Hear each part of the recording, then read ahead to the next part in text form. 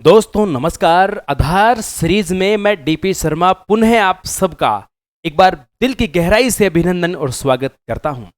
साथियों, कल की सीरीज में हम लोगों ने पढ़ा कि राजस्थान में विभिन्न प्रकार की प्रथाएं होती है, लेकिन उन प्रथाओं में से एक ऐसा बिंदु जिनसे क्वेश्चन एग्जाम में निश्चित रूप से आता है और अपने आप में काफी गहराई से भी है और लेंथली भी है, वह बिंदु है हमारे राजस्थान के जोहर। कल हमने सीरीज में देखा था विभिन्न प्रकार के राजस्थान में अलग अलग क्षेत्र में जोहर हुए हैं। चित्तौड़ में 3 हुए हैं, जैसलमेर में 2.5 साके हुए हैं, जालोर में हुए हैं, सिवाना में 2 हुए हैं, गागरोन में हुआ है, भटनेर के अंदर हुआ है। तो आज के सेशन में हम लोग जानेंगे उन माताओं की महिमाओं को जिन माताओं ने अपने स्वाभिमान की रक्षा करने के लिए अपने प्राणों की आहुति दे दी और जोहर की ज्वाला के अंदर कहीं पर कुंड के अंदर अपने आप को सम्माहित कर दिया। उन माताओं को, इस राजस्थान की वीरांगनाओं को नमन करते हुए, उन राजपूत वीरों को नमन करते हुए जिनकी वजह से आज राजस्थान का नाम पूरे विश्व भर में टॉप में है और जाना जाता है। और उन वीर सपूतों को नमन करते हुए मैं आज की क्लास को प्रारंभ करने जा रहा हूं। साथियों, तो आज देखेंगे, आज सबसे पहले आप देखेंगे चित्तौड़ के जोहर हुए हैं। चित्तौड़ में 3 जोहर हुए हैं।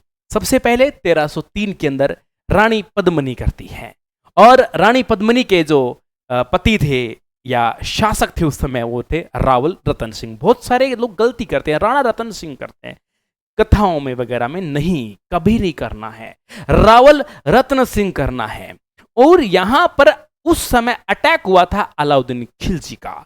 अलाउद्दीन खिलजी का अटैक हुआ और उनका संजीव वर्णन, आंखों देखा वर्णन करने का काम जो किया वो अमीर खुसरो ने किया। और अमीर खुसरो की वैसे तो एक पुस्तक है, ख्वाजाइन उल फतुह नाम से भी है, रणथंबोर अभियान के बारे में जिक्र मिलता है, लेकिन इस जोहर के बारे में जहां जिक्र मिलता है तारीख अल्लाही के अंदर यहां जिक्र मिलता है। आप देखेंगे माता पद्मनी के नेतृत्व में 1600 से अधिक महिलाओं ने जोहर किया था, और पद्मनी का जोहर ही अलाउद्दीन खिलजी के सबसे बड़ी हार थी। इसके बाद महारानी कर्मावती हाडी रानी के नाम से जाने जाते हैं। रानी कर्मावती राणा सांगा की धर्मपत्नी थी। राणा सांगा जी का 1528 में स्वर्गवास हो जाता है। उसके बाद में यहां पर इनकी सत्ता थोड़ी सी कमजोर पड़ जाती है। एक बार के लिए रत्न सिंह भी शासक यहां पर रहे थे, फिर यहां पर विक्रमादित्य का शासन रहा, बनवीर का भी शासन रहा, और उसके बाद जो शासन आता है वो उदय सिंह का आता है। जब विक्रमादित्य रानी कर्मावती का पुत्र शासन चला रहा था, राणा सांगा का पुत्र है विक्रमादित्य, उस समय यहां पर गुजरात के शासक जिनका नाम है बहादुर शाह, इन्होंने आक्रमण किया था। ये वही जोहर है, 1534-35 का अभियान है। ये वही समय, वही दौर है जिस समय कर्मावती ने हुमायूं को धागा भेजा था, सहायता मांगी थी राखी भेजकर, लेकिन समय पर हुमायूं नहीं आया था। ये वही जोहर है जो 1534-35 का अभियान है, और 35 के अंदर इस प्रकार से घटना घटित होती है। और आखिरकार महारानी कर्मावती ने, माता कर्मावती ने अपने जोहर कुंड में प्राणों की आहुति देकर एक और बार चित्तौड़ का नाम गौरव से ऊंचा कर दिया। इसके बाद आप देख रहे हो महारानी फूल कंवर पत्ता सिसोदिया की पत्नी है। उस समय यहां के शासक जो थे वो महाराणा उदय सिंह थे। उदय सिंह चित्तौड़ की जिम्मेदारी छोड़कर ये गुगुंदा चले जाते हैं, और पत्ता सिसोदिया की जो पत्नी है महारानी फूल कंवर, जो मेड़ता से संबंध रखते हैं, और इनके नेतृत्व में यहां पर एक विशाल जोहर हुआ। और एक बार फिर से चित्तौड़ के अंदर माता सतियों ने अपना इस प्रकार जोहर कुंड के अंदर ज्वाला में अपने आप की आहुति देकर एक बार फिर से यह साबित कर दिया कि चित्तौड़ वीरांगनाओं की धरती है।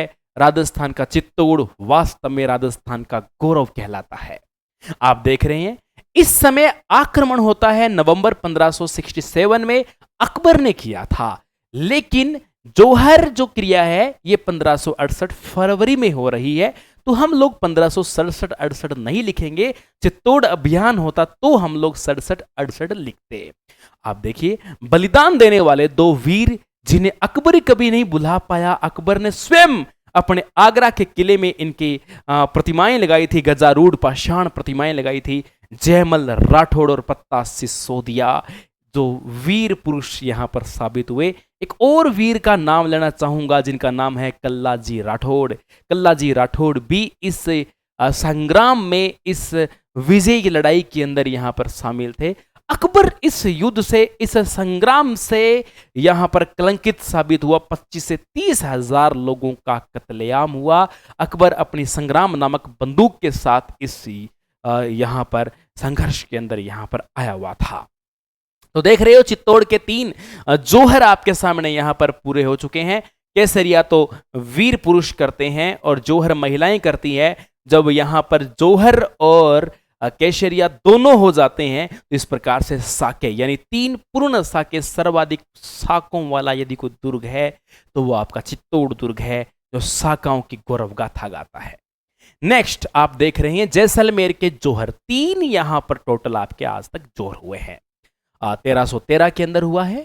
उस समय शासक जो थे मूलराज भाटी था और आक्रमण हुआ अलाउद्दीन खिलजी के टाइम में।